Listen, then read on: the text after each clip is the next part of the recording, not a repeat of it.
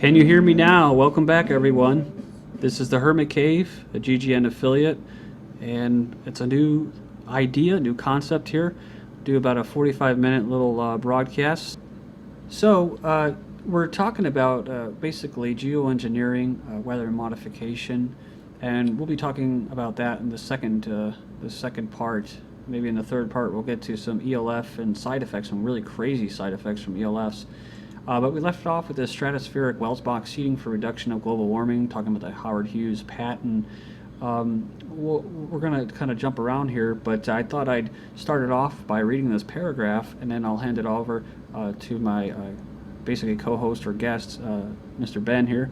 One proposed solution to the problem of global warming involves the seeding of the atmosphere with metallic particles. One technique proposed to seed these metallic particles was to add the tiny particles to the fuel of jet airliners so that the particles would be emitted from the jet engine exhaust while the airliner was at its cruising altitude. While this method would increase the reflection of visible light incident from space, the metallic particles would trap the long wavelength black body radiation released from the Earth. This could result in a net increase in global warming.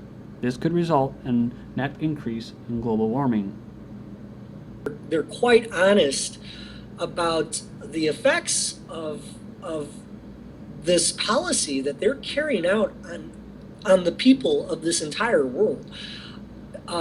Interesting enough, another document, actually a government document, specifically the Air Force,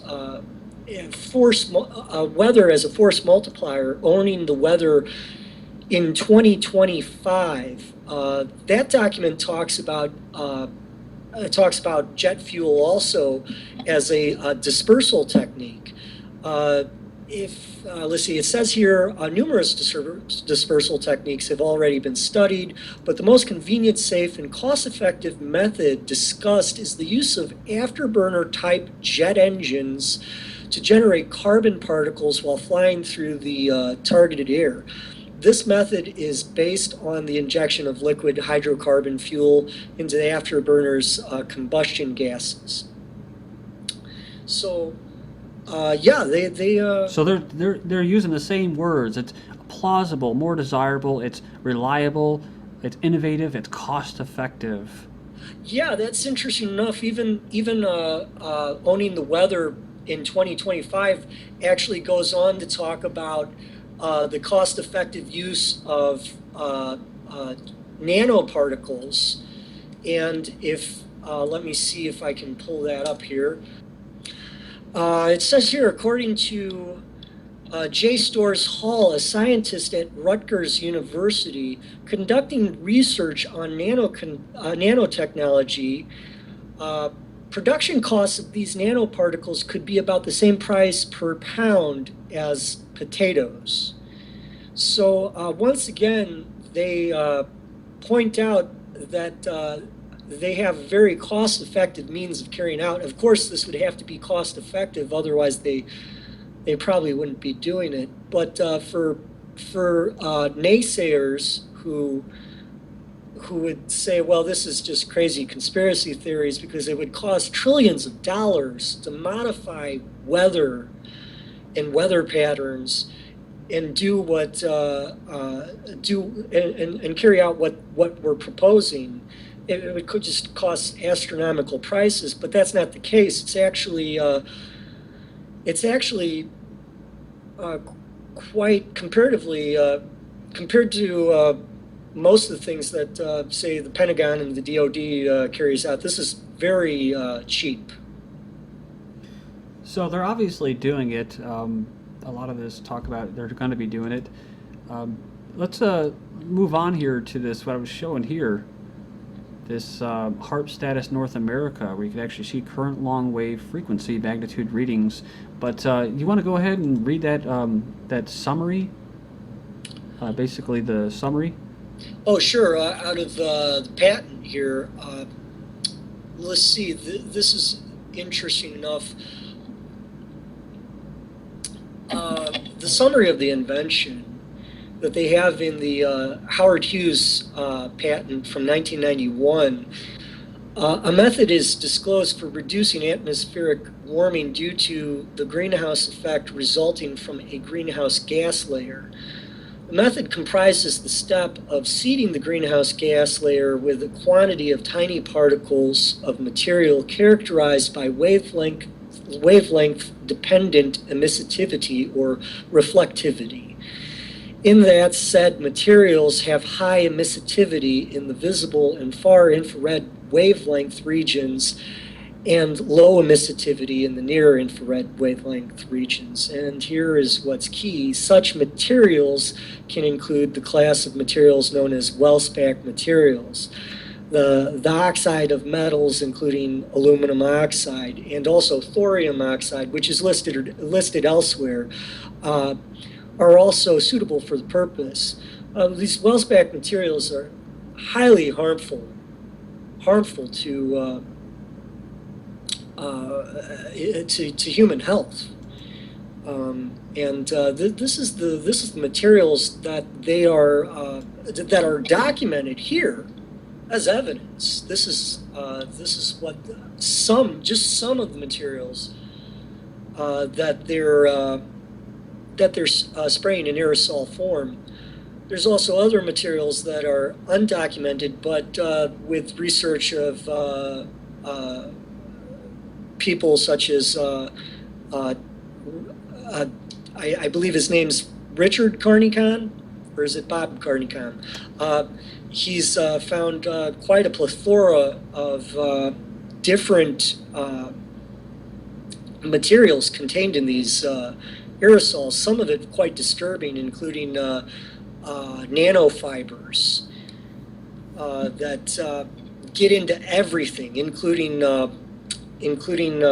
Well, your bloodstream mostly, and I would imagine it gets into your brain and the blood-brain barrier, just like cell phones and all of this frequencies from cell towers and wireless towers, and these microwaves are shooting up for the weather modification of the ionosphere is all having an effect on us, our physical state, our mental state, and that.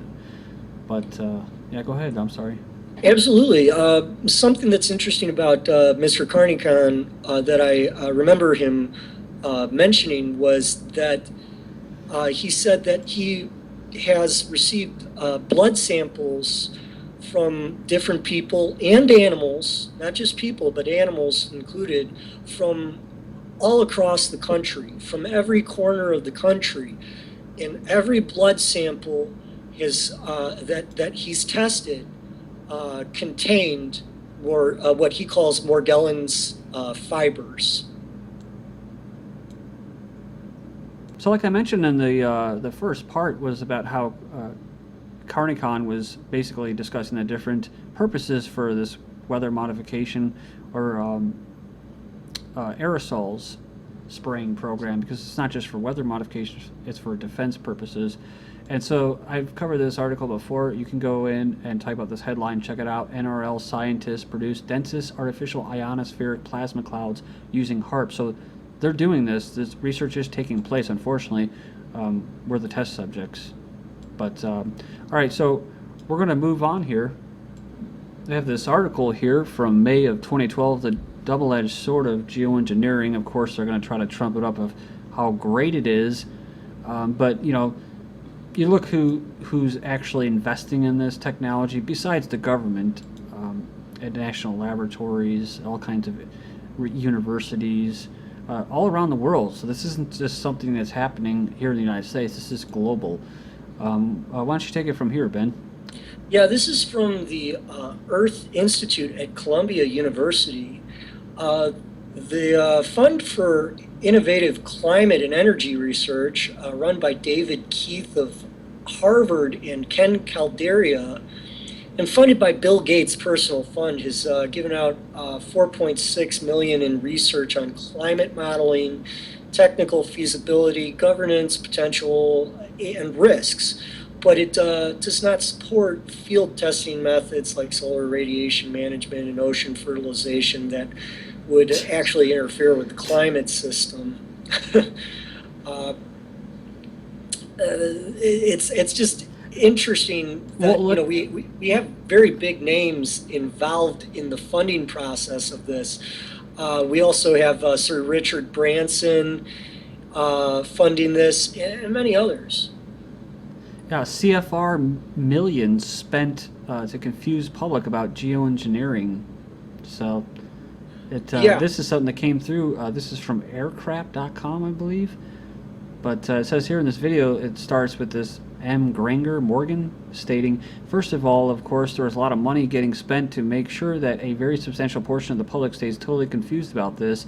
And I mean, it's really quite pernicious. I'm not sure if I pronounced that right, but there's been literally tens of millions of dollars spent on every little thing that comes along that might, relate to some uncertainty. So that's from CFR, actually the meeting text from CFR.org, climate change, developing international framework for geoengineering. So you can go in there and check that out. Just type in this headline and you should be able to find it. We're talking about the effects. I wanted to include in there, Ben, because we only got a couple minutes, about 3 minutes left. ETC argues that geoengineering cannot be tested because in order to truly assess its effect on the climate, it would need to be deployed on a massive scale, which would likely have massive repercussions. Now, this is a very scary statement because it means that who is at the helm of this, because it's already being done on a massive scale, like I said, globally. So they're saying as if, well, we can't test it. Well, no, they are testing it. The only thing is, are they actually testing the side effects, what it's doing to people? So with that being said, Ben, also you have, I wanted to include this. This is the original article that was posted to Aircraft, 404 page not found. But the article is, of course, what? Snowden uncovers shocking truth behind chemtrails. Of course, the editor's note says, this report only adds to my suspicion that Snowden is a disinformation agent.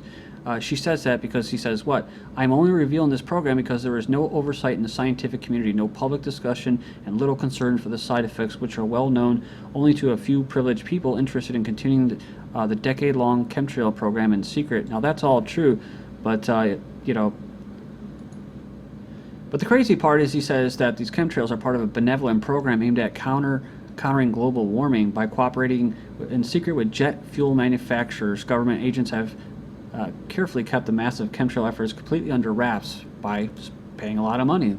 So with that being said, we're going to kind of leave it up to you, Ben, just to talk about these effects of just ELFs. We're not talking about microwaves and this stuff, but we just thought it'd be kind of interesting to see some of these side effects of just ELFs in general. Well, the ranges for these low frequencies are pretty low. If I remember correctly, it ranged. There was studies done back in the 1960s, privately and done through our government, and the Soviet Union also carried out studies on this particular subject too. The effects from these frequencies, they cause specifically behavioral effects on people, and this includes anxiety, fear, stress, anger. It can cause mass hysteria. It can cause all kinds of things. Even one specifically that I found particularly frightening is that they can induce the urge to rape a woman in a man. Very frightening stuff. Very frightening stuff. Check it out for yourself. Okay. It's all out there. Well, thank you, Ben. I appreciate that. Maybe we'll get into it on our next show. This was the premiere of the Hermit Cave, a GGN affiliate. I'm Darko. Thank you, Ben, for joining us. Take care, guys.